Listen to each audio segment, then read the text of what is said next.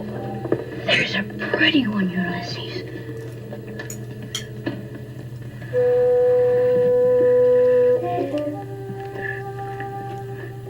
There it is. I am delighted to welcome back for her second appearance on Bite Size Book Chats, sapphicly Bookish from Phoenix, Arizona. She is using her Instagram name, and that's what we're going to call her. And I love calling somebody sapphicly Bookish. So sapphicly Bookish, welcome back. Thank you. Thank you for having me back. And for those of you that happen to miss her first appearance, you better go check it out. I think it was episode 2, maybe. This is not one of those fake Zoom backgrounds. This is real. How fabulous. So apropos of sapphicly Bookish's name, today we're going to talk about a sapphic book, and it is called Inseparable, a work of literary criticism about lesbian fiction, I believe, lesbian literature by the noted Irish-Canadian novelist Emma Donoghue. So tell us about this book. So it is quite interesting, and it covers a topic that fills in a lot of gaps for what people who think of lesbians or lesbian literature may not know.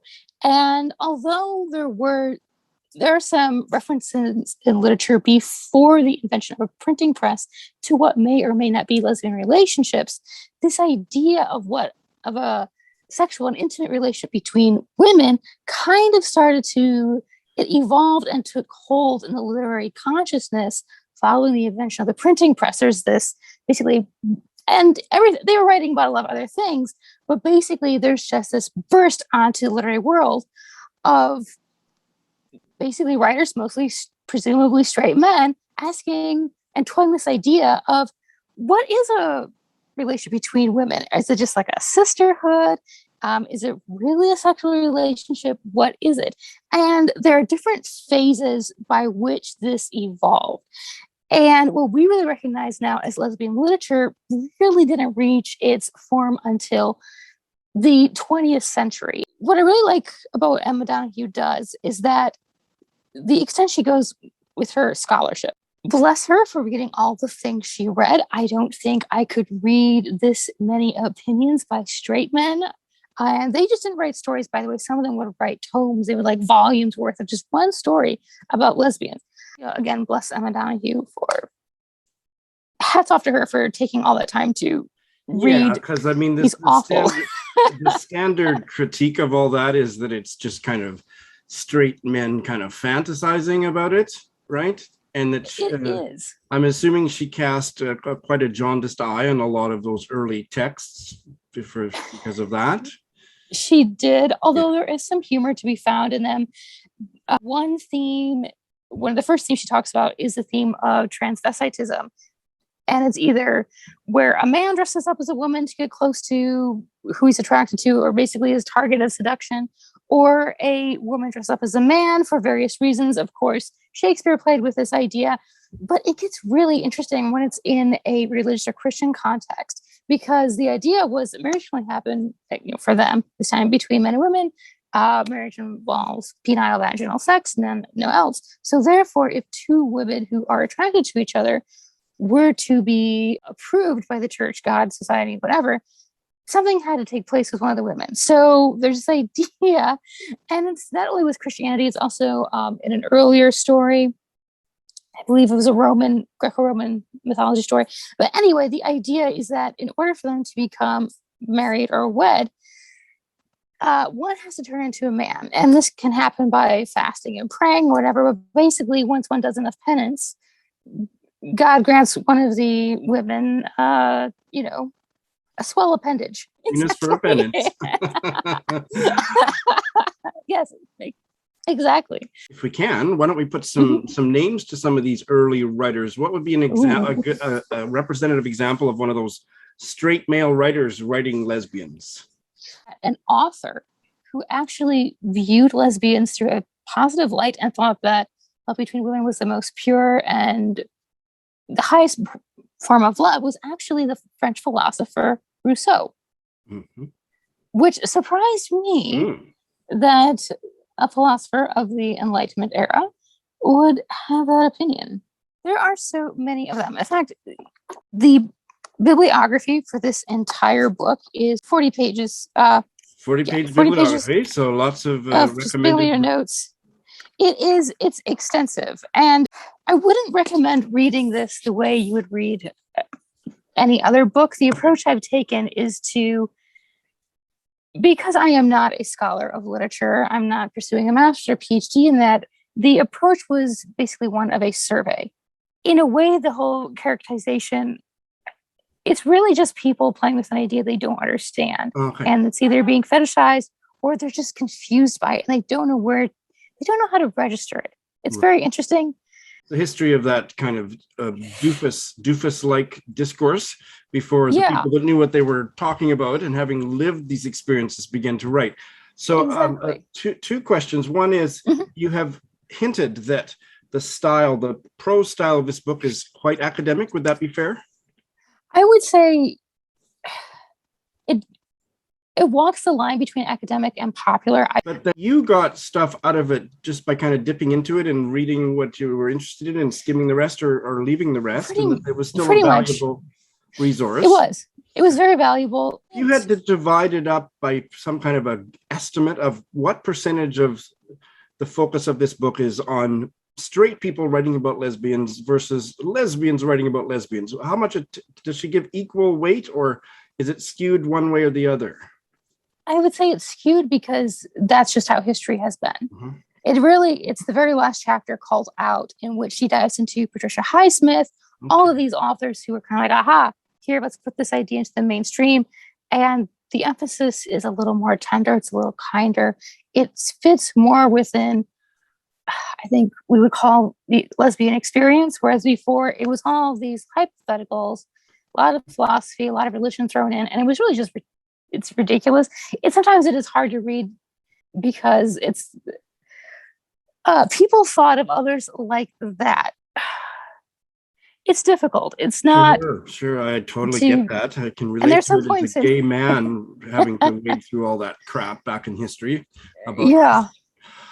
Did it put a writer on your radar that you thought, I didn't know much or anything about this writer, and now I want to go off and read her? Can we end on a positive note? I would say it reinforced my love for Patricia Highsmith and what she did with writing Carol. It was so brave at the time. And rather than going down this tradition of fetishizing, laughing at, creating cartoonish characterizations, doing the whole spinster thing, stereotype, there were these flesh and blood characters who really fell in love with each other. And I'm glad that I read The Price of Salt or Carol before embarking on this, because it's a book that, even after reading this, I love The Price of Salt even more, because it came out of such sacrifice. It came out of a place that I don't know Patricia Highsmith might ever really want the public to know. There's such beauty, and if you've ever been a woman who's been in love with another woman, it will resonate with you. The pain of it, the joy of it, all of that. And the fact that she touches on that book towards the end of this book, it redeems a lot. And as hard as it is to read what others have said over centuries, it's better to know about than to be ignorant, because in a way that makes The Price of Salt and Patricia Highsmith all the more of a triumph. But it took centuries for it to happen. Much more precious and important because she's established the context of which she's writing against. So if readers are interested in knowing more about that obtuse, probably often quite homophobic context that the early lesbian literary pioneers were writing against, this would be a book that you should check out. Otherwise, like, should I say something a little snarky? Otherwise, like much of Emma Donoghue's fiction, you could give it a miss. Oh, ouch. Well, I think this book would be a fit for a certain kind of reader, and I think you have clearly explained what it is, what it isn't, and who might like it. So that was awesome, and I can't wait for you to come back, sapphicly. Thank you. I would like to welcome Lara from Newfoundland. Lara is someone who has been following me, and I've been following her on Twitter, and she's one of my best likers for my Sunday sentences, and we are now meeting on Zoom for the first time. Lara, welcome. Hi, thank you. It's great to have you here, and we are going to discuss I think, would you call it a middle grade nonfiction book? I would, yeah. I think middle is about where it is. A memoir. Middle grade. It's a true story, and it is kind of like a memoir. Fatty Legs by Margaret Pokiak-Fenton, and her daughter-in-law is the co-author, and the daughter-in-law's name is Christy Jordan-Fenton, and the illustrations are by Liz Amini-Holmes. That was all quite a mouthful. This book sounds really important and really wonderful. Can you tell us about it, Lara? It is. I have to admit, I only came to this book recently. I didn't know it existed until a tweet from my local public library system here in Newfoundland and Labrador during June, which was National Indigenous Heritage Month or National Indigenous History Month. So I looked it up and discovered that the issue that I was about to read was actually a 10th anniversary edition, and that Fatty Legs had quite gotten around the world. It's been translated into German and Korean. So I was a little bit embarrassed that I'd never heard about it as a Canadian. Well, I share your embarrassment because I had found out about it maybe because you were reading it on Goodreads, so it's very new to me too. Why the title Fatty Legs? Fatty Legs because Margaret Uliman in the 1940s went to a religious residential school where her traditional clothes were taken from her. She was an Inuit woman or an Inuit girl, Inuvaluit really, from the high Arctic in the Northwest Territories, and really wanted to go to school to learn to read because her half sister had learned to read. And this was something that she wanted to do also. And her parents were very wary about letting her go to school based on their own experience and what they knew about residential schools operated by religious orders in Canada and their own experiences there.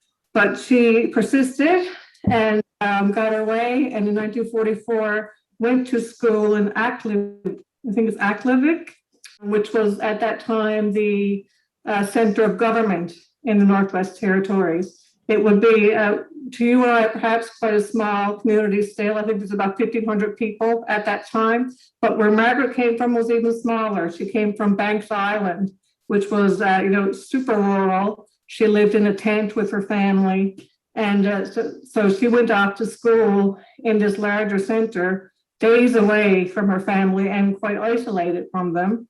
Even though she went with much enthusiasm to learn to read, and already with a lot of Alice in Wonderland tucked away, her initial experience there was quite harsh. She had an experience with one particular nun who was quite unkind. And, Raven, I believe. Raven, she was known in the book as, and I guess in perhaps amongst the girls at the school, I don't know, or if it was just sort of in Margaret's memory or in Margaret Uliman's memory. Their traditional clothing was taken from them once they got to the school. Their hair was cut, their braids, the long braids that they were quite proud of were cut off. And at one point in this memoir, Margaret remembers how the nun gave out new stockings to all the girls at the school. Everybody got lovely gray stockings, which she thought were very fashionable and thought maybe like people in France were wearing these. But the cruel nun gave Margaret, which is what she was called at this school, red stockings instead of the gray ones that everyone else got, to sort of pick her out and make her stand out and really just to be cruel. And Margaret felt that pain. She was embarrassed and angry about it. And one of the other girls at the school reacted by calling Margaret Fatty Legs because she had these bright red tights that highlighted her legs. And I won't tell you what happens exactly from there, but Margaret is a plucky, she's quite spirited, and a little act of subversion, shall we say, against the oppressive and cruel nun takes place. And she kept that naughty act secret for 60 years until she eventually told her daughter-in-law about it, and that's how the book was born. Well, I was just going to ask you about the genesis of the book. So yes, and this is the 10th anniversary edition that's just come out this year, right? It came out in 2020, I think. 2020. Yeah, good timing because, as you and I mentioned just before the interview, Margaret Uliman has since died just this year. So it's nice that she was still around to witness the 10th anniversary and the re-release of her book. And she was 84 when she passed away. I see she had an interview with Sheila Rogers last year as well, which I have not heard. Did you hear that? I didn't. I'll have to look that up for sure. I'm going to look it up and put it in the show notes for everybody because Sheila Rogers has been a real trooper in terms of bringing Indigenous voices to the fore in her program. And I'm sure it'll pack quite an emotional wallop. This book sounds like it packs quite an emotional wallop.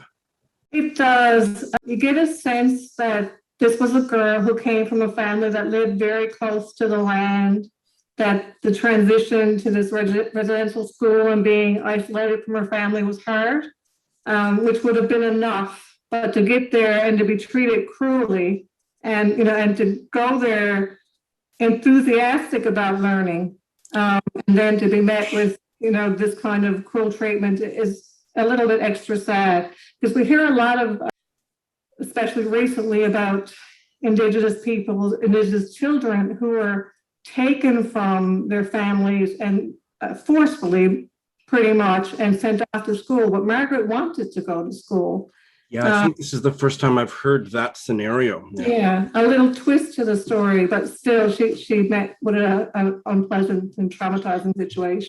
So it just nuances the tragedy. I mean, all the stories are tragic, and this one has its own special kind of nuance. I see that she's with her daughter-in-law put out a couple, at least, 2 or 3 other books?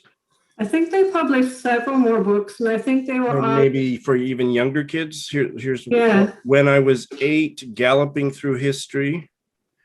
I have a copy when I was 8 here. Oh, you've got it. There it is. It's actually an adaptation of Fatty Legs. Oh, okay.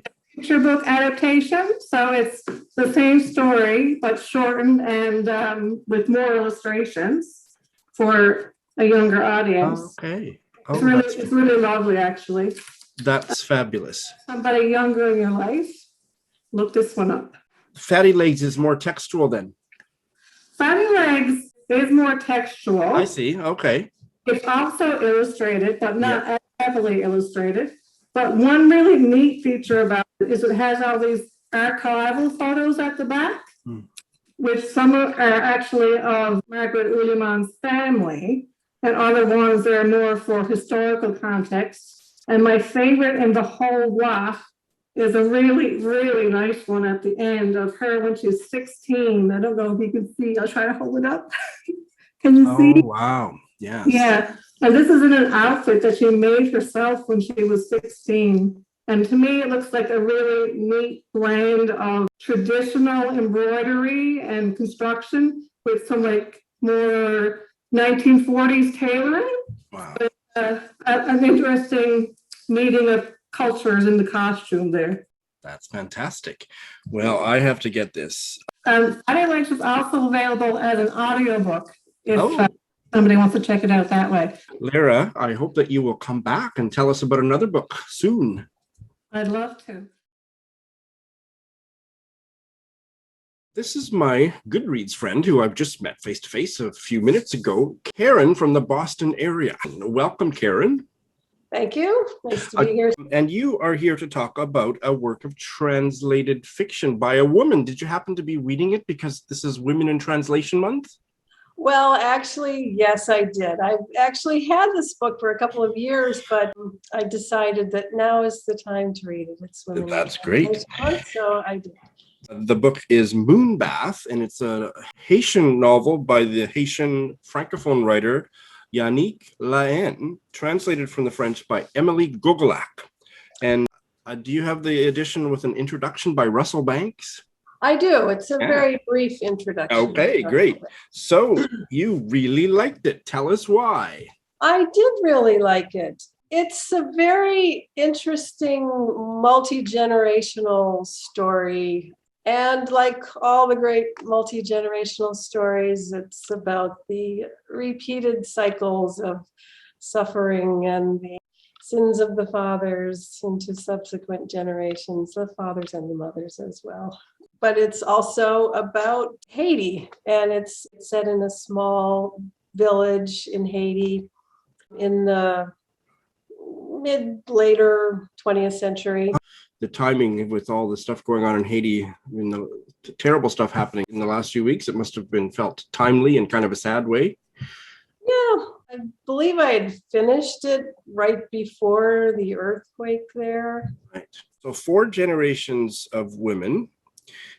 Did one character stand out as kind of the main character, or were each 4 given equal weight? There are actually 2 different narrative threads in the book. So it opens with a first-person narrator, present tense narrator, and it's a woman. She's kind of awakening to consciousness in a very injured state on a beach. And it's a very fragmented kind of narration. Actually, if I could just digress for a brief minute. So the identity of this narrator, this first person narrator that opens the book, is not revealed by the author until very late in the book. And the identity is revealed with a fair amount of flourish. But for some reason, the publisher, which is Deep Vellum, decided to reveal who the narrator is on the back of the book. Oh, that's ridiculous. Yeah, so I mean, it's not a Miss Marple story or anything, but still, I think if any of your viewers decide to read this book, they could get some duct tape and put it on the back, because Don't read the back cover. you don't really want to know. It's not revealed in the Goodreads synopsis, so you're safe to read the Goodreads synopsis, but I never read the synopsis on the back cover or the inside flap or whatever. I never do, and that's partly why I like to go in completely blind if possible. Yeah, so that's the opening narration, and then there's a second narrative thread, which is a first person plural narration, we narration, which is a past tense narration, and it's through that narration that the multi-generational story is told. And gradually these 2 narrative threads, which go back and forth throughout the book, so these 2 narrative threads gradually come together. And so the mystery narrator of the first person is not revealed until near the end, at the end? Very late. Yes. How was the translation, or how was the writing? I really enjoyed the writing. I enjoyed the book a lot. The writing was very beautiful. The difference between the 2 narrative threads worked very well. The different layers in the backstory, the multi-generational story, there are layers. There are the personal layers, the history of family feuds and the winners and losers, and the winners oppressing the losers, and then the subsequent generations living out those feuds, and sins of the mothers are visited upon the daughters. Yeah. And then there's the spiritual and religious layer, which is there's the icing layer is the Catholic Church, but underneath that is the real religious practices, spiritual practices of the Haitian people. And so on. Yeah, and very much tied to natural forces, including human natural forces, and relationship with ancestors and people absent. There's also another layer of the political layer, which is yet another layer of cycles of oppression and suffering and periods of great hope, and repeated cycles. Right. Now, you liked this quite a bit better than the average. The average on Goodreads is a 3.44, and you gave it 5 stars. So, I did really like Yeah. it. It's a fairly short book, probably 250 a little under pages, 200 maybe? pages. Yeah. But I found it a very slow read, a very immersive read. Ooh.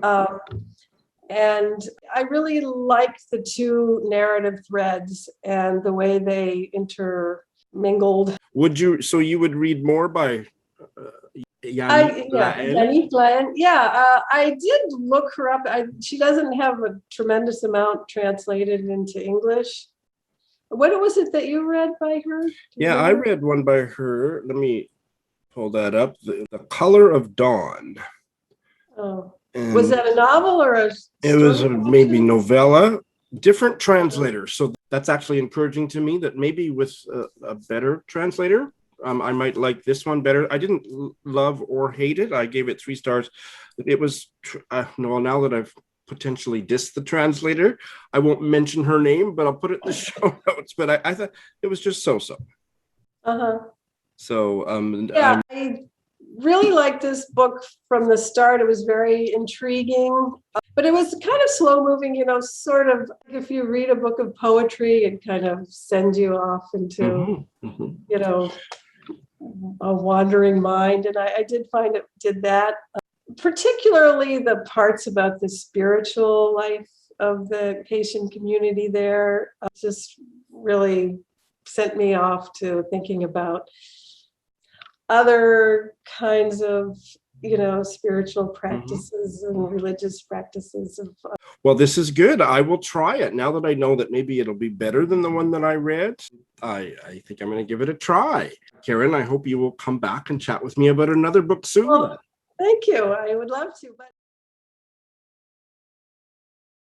Well, I am absolutely delighted to welcome back to Bite Size Book Chats for his second appearance on my channel, Bill from Nairobi. Bill, welcome back. Hi guys. Thank you for having me again. It's so great to have you back. And you're going to talk about what do we call this? A Canadian-Nigerian novel? Does that sound right? Or Yes. The author lives in Canada now, I believe. Yeah, she does. It's Butter Honey Pig Bread by Francesca Ekoyasi. You loved it. I haven't read it. I have a copy, obviously. I'm holding it, and I want to get to it. So sell me on it. Oh, yeah, it's good. It follows a mother with her twin children, like 2 daughters. And they're very messy, complicated, like messy relationship. But at the core of it, there's so much love. And it's such a wholesome book. Like there was, even when there was conflict, I felt at home with them. And each character is introduced with such nuance. Like they present themselves so well. And they understand the dynamics on how they work. It's just like a wholesome family story. There's tragedy, yes, but there's still so much hope. So much hope in the writing. And the author focuses on food that ties them together. One of the sisters is a chef, and she travels around the world, goes to Paris, lives in Canada, experiences so much, and it always comes back to the food they consume.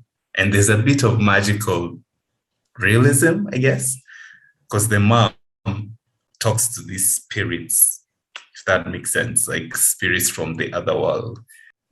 I see that. The mother believes herself to be Obanji. Is that how you pronounce it? Yes, Obanji, yeah. I certainly got a taste, more than a taste, a deep dive into all that with Akweke Emeze's Freshwater. Oh, yeah, I want to read that because if it tackles that sort of John space with like magical realism in regards to like mental health issues, and I think it's such a powerful take. Oh, I can't wait to hear what you think of Freshwater. It was my top read of whatever year it came out. It was the best, my favorite year. Yeah, I absolutely loved it. Yeah, no, I can't wait to read. And this has some queer characters. Is that one of the... Yeah, the sister who cooks is queer. And we follow her through multiple relationships as she tries to find herself. And each encounter is so beautiful. like the way she looks at life. That was my favorite perspective. This Taye, I think her name was Taye, Taye. She falls in love with food and how she connects food with like the people around her mother, her sister, and her encounters is beautiful to read. Like her voice is very much present in my head. Yeah. That's fantastic. So do we have 3 first-person perspectives, or do you remember? Yeah. Yes. And the mom, the sisters, the 2 twins. So it circles around and you get through them. And you'll prefer one or the other, but all of them have merits, I think. They offer something bigger to the story. All 3 of them are kind of given equal weight. So it's yeah. There isn't one main character. There's 3 main characters. Yeah. Okay. Well, you have talked about so many things that make me think I'm going to love it. So that means I'll get to it sooner rather than later. Was there anything that you didn't like about it? What I didn't like about it. No was a great answer. So yeah, I don't think so. I would have loved, because I listened to it on audio. The narrator was fantastic. The names, Nigerian names, because it's harder for me to like read and like. So it was really fantastic to hear the voices. The narrator did a very good job, and I think that elevated my reading experience. So I hope I get a physical copy so that I can underline and annotate and like see parallels between the 3 characters, because I think there's so much to explore. I think I listened to it so fast. I went on walks every night. I was excited to read the book, and I think that's a good sign. And a book keeps you on your toes. Fantastic. So did it get you into Nigerian cooking? Yeah, truly. Like so many recipes, and they write down recipes, like certain sections. Yeah. I think I've heard that. Have you They write down recipes, and that's why I need the physical copy. I need to write down the recipes and try it, because Nigerian dishes are fantastic from what I've eaten. I've actually eaten a few. Yeah, I haven't, but I've certainly heard quite a bit about Nigerian food. The title comes from all the cooking in the food, hey? Yeah. It ties into the story. The author is a writer and multidisciplinary artist from Lagos. Yeah. Can you imagine? Yeah, I can't. And this is her debut novel. Yeah. I wish. This is how I want my debut to sound like, as beautiful as she put it. Like, I can't believe that this is her first book. You are so talented. I'm sure I'm not the only one whose ears pricked up when you said my debut. Are you working on a novel, Bill? No. Maybe screenwriting, but not a novel. I think screenwriting is more of my forte. Well, we could have a long conversation about that. You have sold not only me, but you should definitely read it. Like, you should bump it up your list. It's fantastic. Yeah. Nice. I'm leaning towards the hype. I don't want to sell it, but I hope you finish it. Not like Kintu. I hope you finish it. If I don't bail, no, I hereby promise not to bail, but I expect I won't want to bail. Yes. Bill, this is great. Thank you so much.